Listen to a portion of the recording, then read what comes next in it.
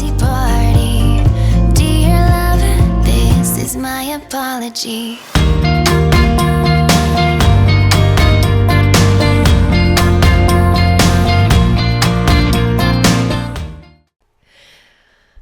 Okay, hey Anxiety Club, happy Saturday, happy weekending. I'm waking up on Saturday morning right now.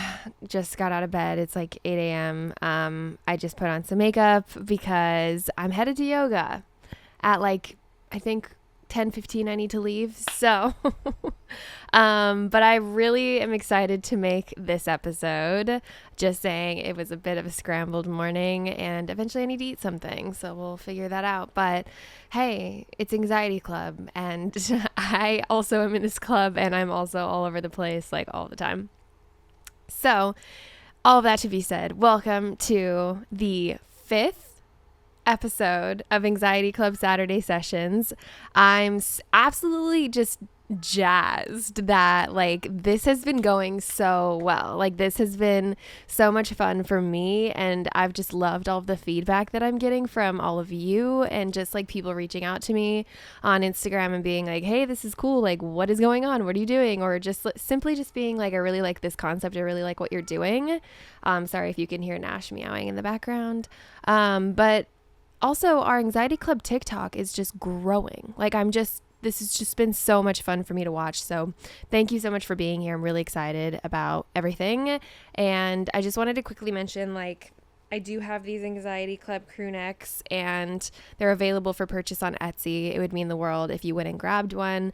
I am just trying to build this community right now and it would be really helpful, but also they're really cozy and they're really fun. There's a pink one and then there's also like a just like plain colorful one, and there's t-shirts and there's hats and there's phone cases. So yeah, I don't know, it's really fun. Every time I feel like I wear my Anxiety Club crew or my Anxiety Club hat out, like people are really complimenting it and being like, hey, I like your hat. It's also a good conversation starter. So anyways, okay, so this episode I put a poll on my Instagram because I had 3 ideas of like basically what this episode could be and I wanted you guys to pick. And so the topic that you guys chose was pretty much the same percentage of people that chose another topic. So I just wanted to be just let you guys know the topic that I'm not talking about today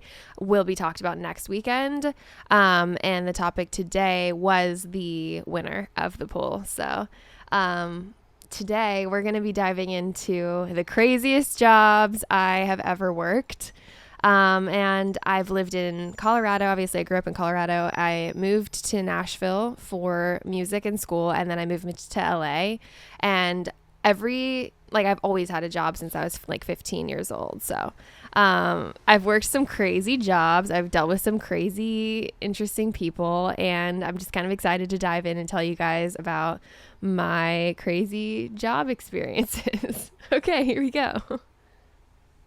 Okay, so like I said, I've always had a job since I was in high school for the most part, except for like 2 years in college where I'll get into it, but like I officially was like just focused on my music and school. So it kind of felt like I had a job and I was working 2 full-time jobs in college because of my music, but I'll get to it. But the first set of jobs that I want to talk to you guys about are from high school. So the job that I worked in high school was I was a lifeguard. And that was pretty interesting. It was fun because all my friends did it, so it didn't feel like, you know, I was like a lone wolf or anything. It was almost like a social thing. Like it was something we all did together during the summers. And that was kind of nice because I also was a swimmer in high school. And so, you know, like, I don't know, it just kind of like fell into my lap because I really loved being, you know, by the water and I loved swimming. And I did swim team also during the summers at like our neighborhood pool. So it would just made sense. Like I'd basically get up in the morning, go to swim team, and then I would just like hop on the lifeguard stand and like basically work for like 4 hours or whatever back then. And it was just like perfect enough to like make a small paycheck and like have my own money and like experience what it was like to just be receiving my own money and like spending my own money, you know? So that was fun. And the funny part about lifeguarding was the like lifeguard certification classes that I had to take. I don't know if you guys have ever done anything like this or like taken any CPR classes or training or anything like that, but I had to go to this training. I would say it was like probably a like 1 week long training, but it was like every day for like 6 hours during like at the start of the summer. And I we had to like watch videos, and then we had to learn CPR, and then we had to get in the water and prove that we could like swim. And I was a swimmer, so I was like, I got this in the bag, like whatever. And it was easy, but like also like the one part about being a lifeguard that scares me the most is like, what if somebody actually is drowning? Like that's like, that's the whole point of the job, is to literally be the person to jump in the water and like save someone from drowning. But like, I think what scared me the most was like, okay, once I get this person out of the pool, because like I can get in there and there are certain techniques that you have to use to like get the person out of the pool depending on like what happened. Like if you saw them like fall in because they like, you know, hit their head or like whatever, like there were certain techniques that you had to use to like get them out of the pool. And so like that was already stressful enough, right? Like I just already know that my mind would be like so fight or flight. And I actually never experienced having to like pull anyone out of the water. Let me just say, there was another time in this other job that I worked later in life that I'll get into where I did have to pull someone out of the water, but different story. You guys, the amount of just like absolute chaos that I have dealt with in just simply trying to make a paycheck to just do my music is pretty wild. Like all of these side hustles are just so interesting. And so, yeah, anyways, I never had to save anyone, but I did have to go through all that training, and you know, where you have like the dummies and you're like doing CPR on these like dummies in this room. And then, you know, but what I was getting to is like, you're on this stand, and if someone does actually start drowning, like you're the one to go in there, you know? And so I got to go in that pool and grab someone who could potentially be drowning and, you know, pull them out of the water and like actually give CPR if that's the case. And so it was just kind of like one of those jobs that made me feel purposeful, and I really enjoyed, you know, being someone that was like considered, you know, helpful and cool to like be on the lifeguard stand back in high school. And I thought that that was really fun with all my friends. And anyways, it was fun. But yeah, the whole like actuality of the job, like to this day, I'm like, if someone actually was drowning in that pool, I would love to see myself like go into fight or flight mode. I'm curious how I would have reacted. I genuinely think I would have dove in. I would have gotten them out of the pool. I would have gone into fight mode. Like I wouldn't have fled the scene. I would have done it. And then I have no idea, like hopefully I would just go into action and just really start giving CPR. I think I would. I do think I would. I'm confident in myself. Okay. I made a little list of all these jobs. Yeah, so lifeguard in high school over the summer, and then when I got to college, okay. Let me take a little sip of water.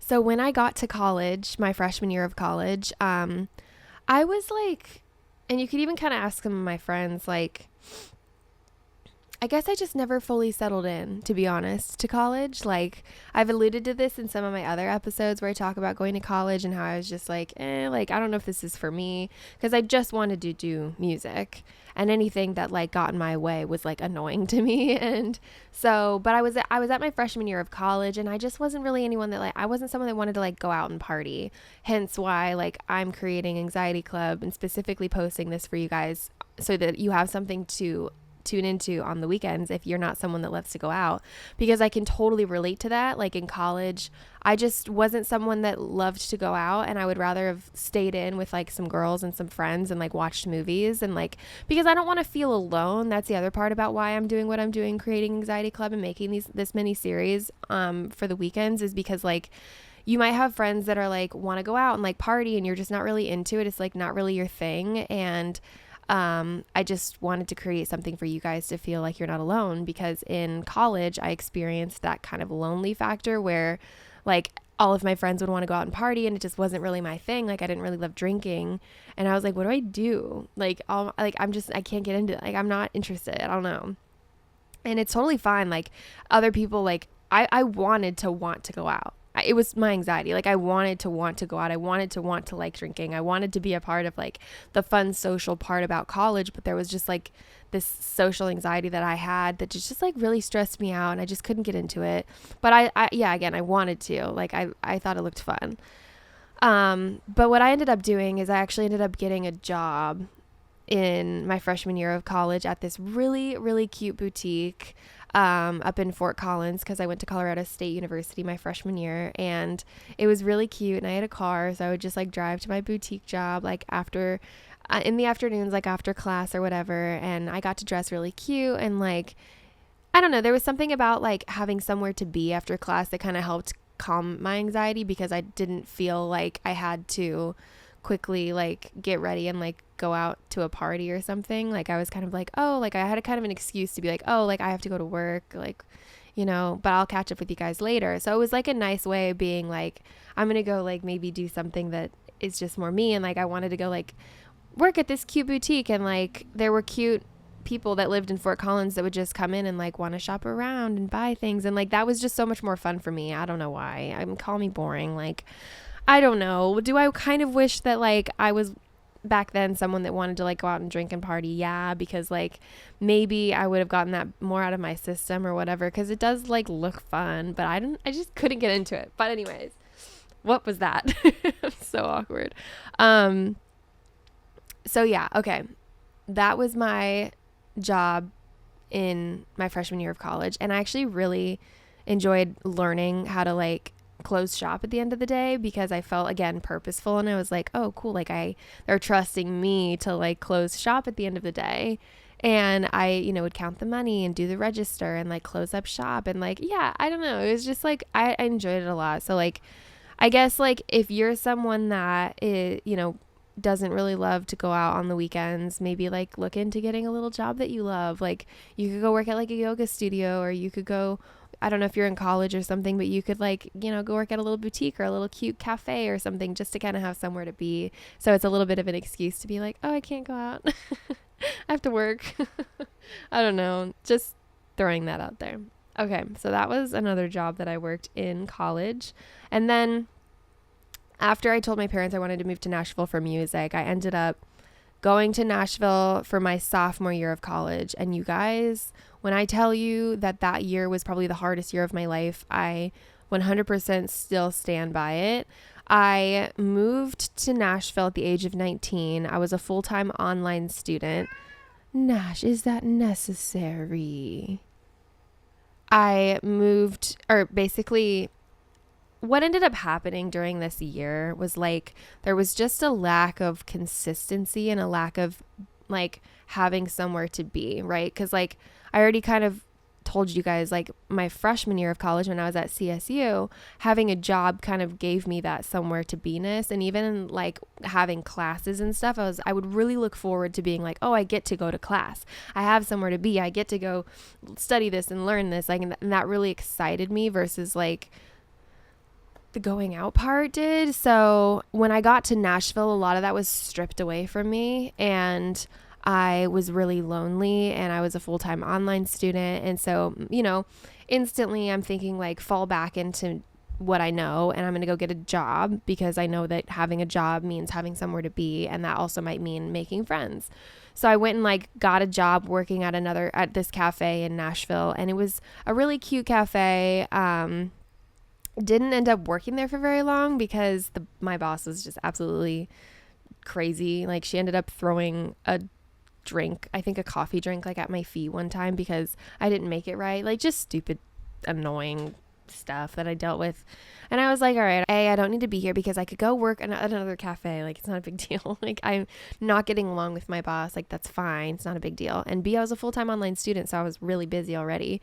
And I was specifically out there to do music, right? So again, anything that took me away from what I was trying to do like was kind of annoying, but in the back of my mind I knew that I was like lonely and I needed friends and I needed community. So I went and got that cafe job, and it didn't work out because that lady threw coffee at my feet. And I honestly think I just never went back the next day. Like I was like, all right, goodbye. Like, no. Bosses, like, I feel like sometimes when you're a boss, I guess I don't know, but like, I feel like they kind of put their own problems on you. So like they'll, be having a bad day, so they'll take it out on their employees. And I honestly just like, if there's anything that maybe like I would tell an employer or a boss is like, if you're having a bad day, just like take the day off. Like don't take it out on your employees, like we don't deserve that. So then after that, I didn't end up going and finding another cafe job. I focused on school. My biggest thing at this point in my life was like trying to find community. So I spent the rest of that year being a full-time online student. I was like dissecting, because I was a psychology student at the time, I was dissecting like pig kidneys and cow hearts and like all of these weird things like in the kitchen at this host home I was living in, because that's how I was going to get through school. Was like they would send me everything to like basically do my science lab classes virtually, and then I would take like my tests and stuff online. But it was weird because I like didn't have a lab partner. So again, like everything was just really uncomfortable at the time, and I was just craving consistency and structure, and I knew I really wanted to be this artist in Nashville and like country singer. And so yeah, it just took a second to really get my feet on the ground out there. But I didn't end up going to get another job. I just focused on school and music. But like honestly, doing music and school, it's like having two full-time jobs, because with music, like at the time I was, in the evenings going out and like finding people that wanted to network and finding, writers rounds and artists to like hang out with, and then setting up co-writes and stuff. So it kind of felt like a job in a way, like even though it was more of a social thing and like some more what I wanted to be doing, like it still was like work, So yeah, that was my freshman and sophomore year of college. My junior year of college, I ended up transferring to, wait. I need to tell you guys about, okay, so I was also nannying at that point in time. I did end up transferring universities. So I transferred universities from, Colorado to Nashville, and I changed my major from psychology to film.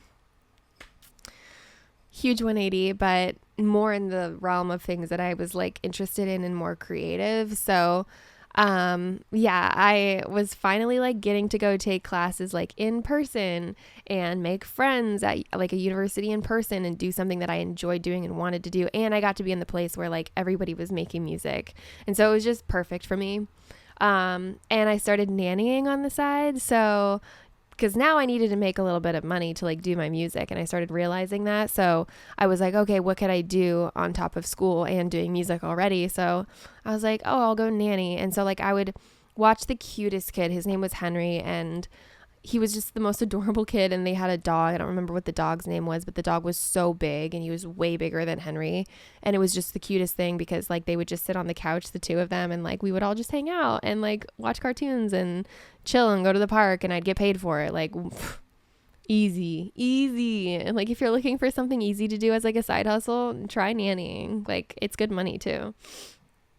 Okay, let me see what else. So yeah, I spent my Saturday nights babysitting to make money for my music, and then dun dun dun. And then I graduated college. I did do that. Yahoo. Nashville treated me really well, and I was like, all right, I'm going to move to LA. I'm going to, I had a film degree now, and I was going to go out to LA, and I was going to get my feet on the ground out where I am now. I'm still here in LA. And so, I got out here, and my first instinct again was, I feel uncomfortable and I need to go make friends, and I'm looking for structure and purpose, so I should go get a job. So I'm now hunting for another job, and I'm thinking about what I could do, and my instinct was like cute cafe. Makes sense. So I was living in Sherman Oaks, and so I started working at this really cute cafe on Ventura Boulevard, Sweet Butter Bakery, Sweet Butter. And it was like, open for breakfast, lunch, and dinner. So it was like perfect. It was very flexible. I enjoyed it. I was a hostess. I did want to like end up becoming like a waitress, and then I could make tips and stuff, but it was fine. I was a hostess at the time. And what ended up happening is like, I don't really know why I did this, to be honest, but after graduating college, like I had all day to figure it out. Like I moved to LA, and I didn't immediately like get a job working in film. I didn't immediately, get a job working a 9 to 5. My instinct was get a side hustle going and focus on your music.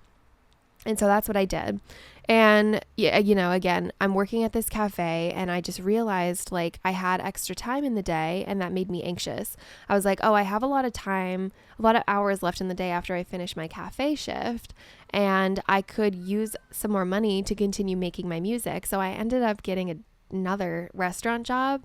And I started working at Ocean Prime, which is in Beverly Hills out here, which was like totally different compared to Sweet Butter, because I went from like wearing just a t-shirt at this cafe to like needing to dress to the nines to be a hostess at this 5-star restaurant in Beverly Hills. And it was cool. I got the job. I was a hostess. I ended up becoming the lead hostess, and I enjoyed it because I loved working quickly. I like enjoy working in fast-paced environments, and I'm good at under peer pressure. I'm like good at it. Or not peer pressure, that's the wrong word. I'm good under pressure. And so, yeah, it was a good job for me to experience, because I feel like I learned about how to like deal with personalities and deal with people, honestly. Like I genuinely believe that like working in the food industry and in the customer service industry, like you do grow as a person, because you're going to deal with some crazy shit. And like people are annoying, and like I feel like I kind of grew a backbone, to be honest, like working that job, which was good for me. I needed it. I was way too nice at the time. And I feel like sometimes I'm even still too nice. And it's like, I need to like, I'm growing my backbone. My backbone has grown a lot, just saying. But I do feel like the customer service industry really helped do that. And so that was great. And I was working doubles. Basically, I would like work at the cafe in the morning, and then I would literally drive from the cafe to Beverly Hills, and I would work again another full shift. Like could be like 8 hours. Like I was working like 12 to 16 to 18 hour days sometimes, because that's how badly I just wanted to make enough money to do my music. Like it's crazy what people will do to like fulfill their dreams and fulfill their goals. And like what ended up happening for me, and I do think this was the universe's way of being like, hey, Lexi, you need to chill the fuck out. Sorry, I don't know if I can cuss on YouTube. Like, I really don't know. But and what ended up happening is I actually got a vocal injury. And this was like the world was ending, because when I found this out, like obviously I'm in LA, I'm away from my family, I'm homesick, and I'm working these two restaurant industry jobs, which are very exhausting, but they make good money. And I ended up getting a vocal injury. I'm out here to sing. This was like doomsday. I was like, are you kidding me? And so I ended up getting vocal nodes, which is pretty interesting. And I know that a lot of people think that's like not even a thing. It's just like a pitch perfect vibe. No, 100% I can tell you it's a thing. What ended up happening for me is I just had like swollen throat. I wasn't 100% sure what was going on. I just had a swollen throat. Fought through it. And this was also during COVID when we had to wear masks. So keep that in mind too. Where like at the cafe, I was double masked. So I'm talking all day. And then on top of that, I'm talking through a mask. So like I'm talking louder than I need to be talking. And then I would go to Beverly Hills and work my other restaurant job where I was also wearing a mask. And then on my days off, or on days that I didn't have doubles, like I'd go and sing. I'd go have sessions with people out here where I was using my voice. So I was using my voice so much, and I got injured, and it sucked. But yeah, basically I went to an ear, nose, and throat doctor. They like looked at my throat, and he was like, yeah, you have vocal nodes, and you do need to take it seriously, because obviously this is your trajectory. This is like your moneymaker. This is like, you need to rest. So I went on 2 weeks of strict vocal rest, and that meant 2 weeks of not working, which was pretty interesting. So I told the cafe, I told Beverly Hills, the restaurant I was working at there, I was like, all right, I have to take 2 weeks off. Here's my doctor's note.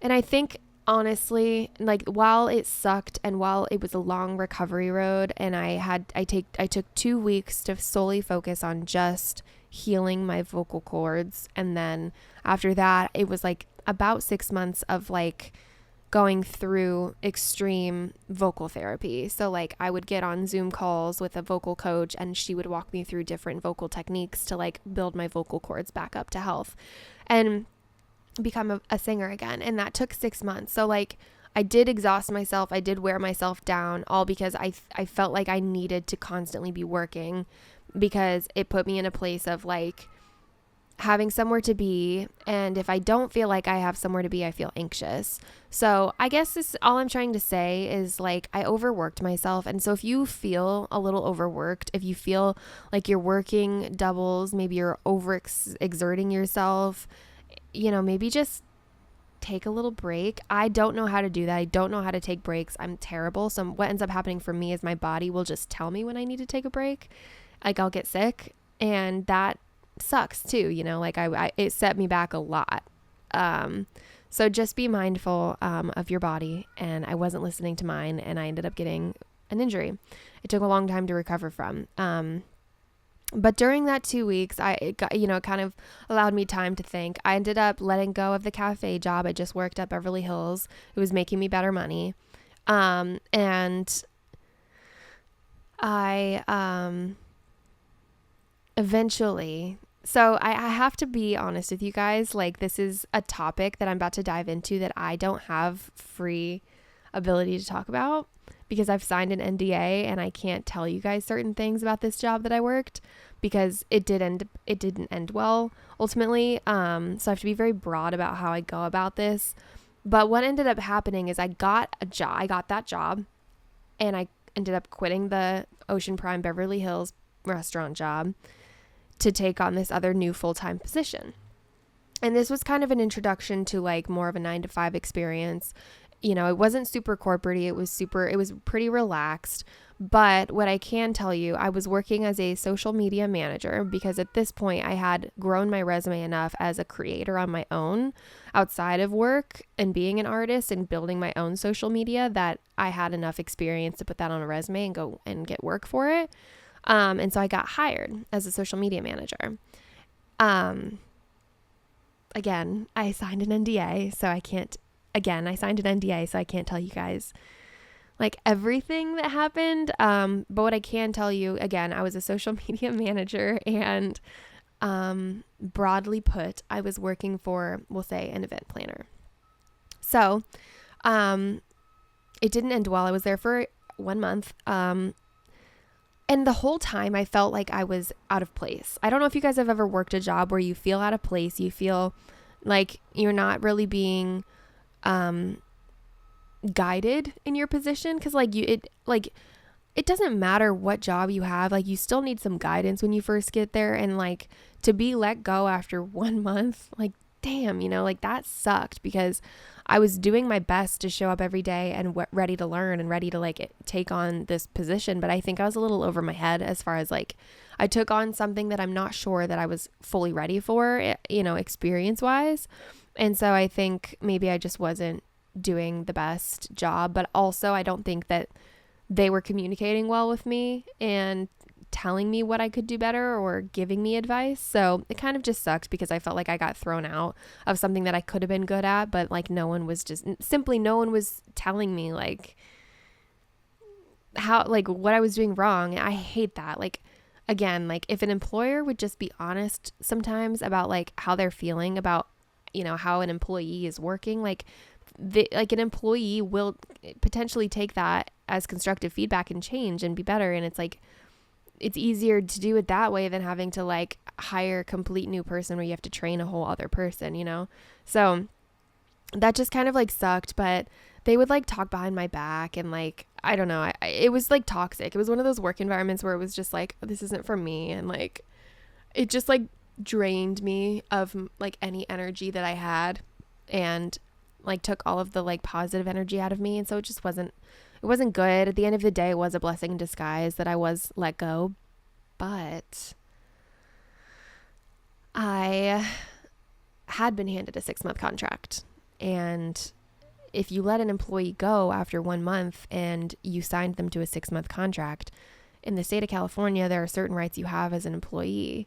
Long story short, I got a lawyer and I made a little bit of money, which is, I think, deserved because, again, I was thrown into something that I was receiving no guidance from. It was a toxic work environment, and then I was just let go after thinking and assuming I was here and locked in for 6 months. So that's all I'll say about that. But again, like another learning curve, right? Like I try and look at the benefit of the doubt, and it's like, okay, I learned a lot. I learned about how to like, A, do the job better, and also B, I learned about a personality that I knew like I wasn't meshing with. And also like I learned, that sometimes dealing with personalities isn't always going to be the easiest thing. And I feel like I've just kind of learned how to deal with personalities in general.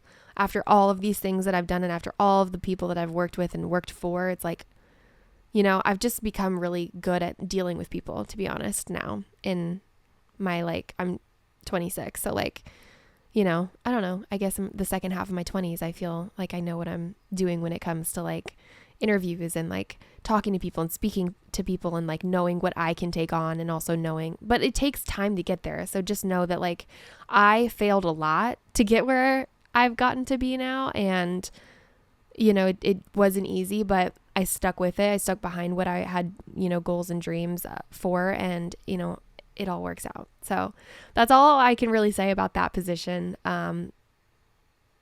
Yeah. Anyways, that was an interesting time. And it did suck because I was really hyped about it. Anyways, so I went kind of back to my roots and I was like, okay, well, what do I do with myself now? Because again, I'm in LA, things are expensive. I got to go make money. I ended up working at another cafe because that's what Lexi knows how to do.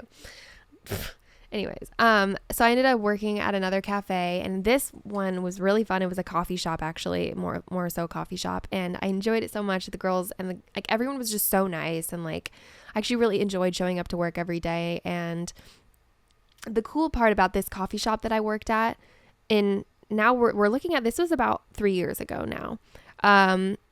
This coffee shop was so cool. Actually, it was 2 years ago. Sorry, I'm a little over my head. It was 2 years ago.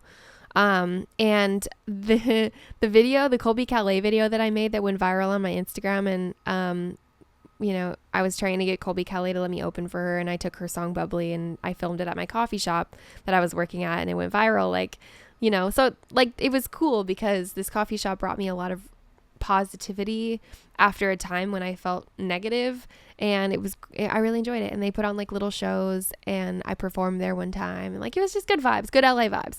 I really enjoyed it. But at the same time, I knew that I was like, okay, well, I can't work at this coffee shop forever, and I feel like I'm doing my music, but it's not quite monetized. And I was like having conversations with distribution platforms as far as like being an artist goes, and like kind of trying to learn about like what I could do to really get into the scene and like make money and maybe be signed, because at this point I had released a lot of music and I was releasing a lot of music. So but in order to release music, as you guys probably know, if you're, tapped in as a creator, it's like, or if you're not, just so you do know, like we have to provide a lot of money to do what we love to do. And unfortunately, as artists, we don't make a ton of money back right now. And I'm hoping like the industry will change. But like, as of right now, we do spend a lot of money to make the music that we share with you guys. And, so yeah, I continue to have to strive to like work on top of doing my artistry. So, the cafe was so lovely. I enjoyed it so much, but I knew that I needed to probably get another job where I could make a little bit more money. And so I started looking for jobs in the music industry.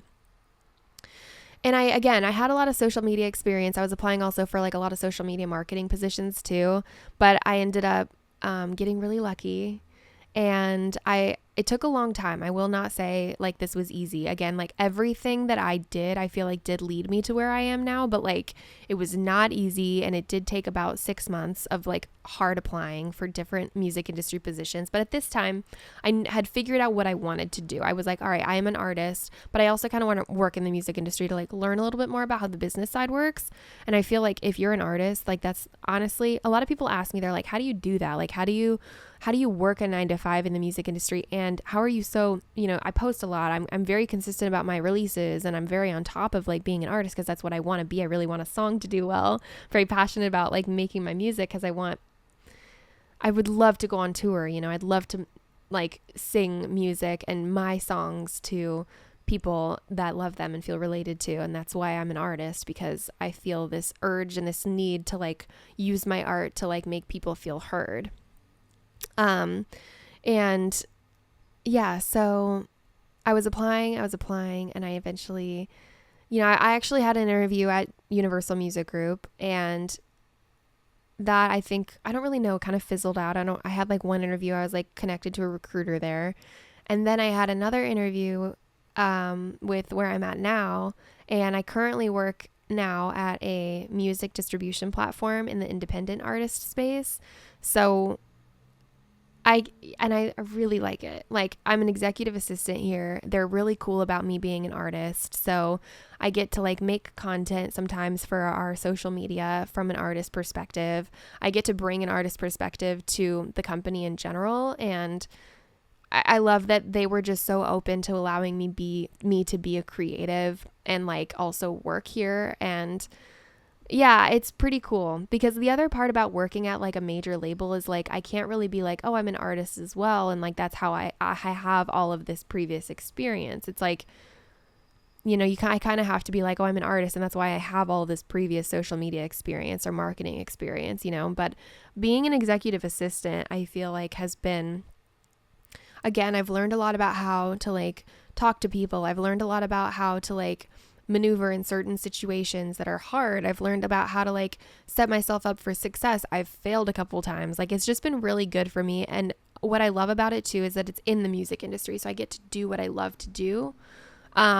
And I get to learn about it. So like, if you're someone that's like, oh, I feel like I need to have a job in order to like do what I want to do, I don't think it's the worst idea to consider like taking on a full-time position in something where you can like really be a sponge and like learn, because that's what I've gotten to do. And I feel like my music, you guys, has grown so much since I started working here, and it's a lot of work. I'm working 9 to 5, but again, I'm someone that really enjoys having somewhere to be and feeling purposeful, because if I don't, I feel anxious. So like, yes, I'm an artist, but like I enjoy being busy. So having this 9 to 5 in the music industry where I'm learning, I'm meeting new people, I'm networking, I'm constantly like around cool creative concepts and people that are doing cool things. It's like, it's the coolest thing. So don't shut down the idea of like working a 9 to 5 and doing what you love to do. It can work. I'm here to tell you it can work. And, it's a lot of work, but it does work, and I really enjoy it. So, wow, I feel like this was a long episode. And I feel like I kind of went on a bit of a tangent, but I'm very, I've worked really hard, and I know you guys are also working really hard, and we're all in it together. And like, the world is moving really fast right now, and there's a lot going on out there. And I want you guys to know that like, you're doing amazing. You're doing great things. Like, you're doing your best, and I'm here for you, and Anxiety Club is here for you, and just keep your chin up. Everything's going to work out the way that you want it to and the way that it's supposed to. And I believe in that a lot. But I got to go to yoga now. In fact, yeah, I got to go. But, I'm heading to yoga, and then I'm also doing this really fun Reiki thing later with my friend Jordana Lilly. You guys should check her out, check her music out, check her YouTube out. She does these amazing Reiki sessions. So I'm going to go do that for the first time, which I'm very excited. I'll fill you guys in on how that goes next week. It's supposed to be very relaxing, like back scratching. Oh, I'm so excited.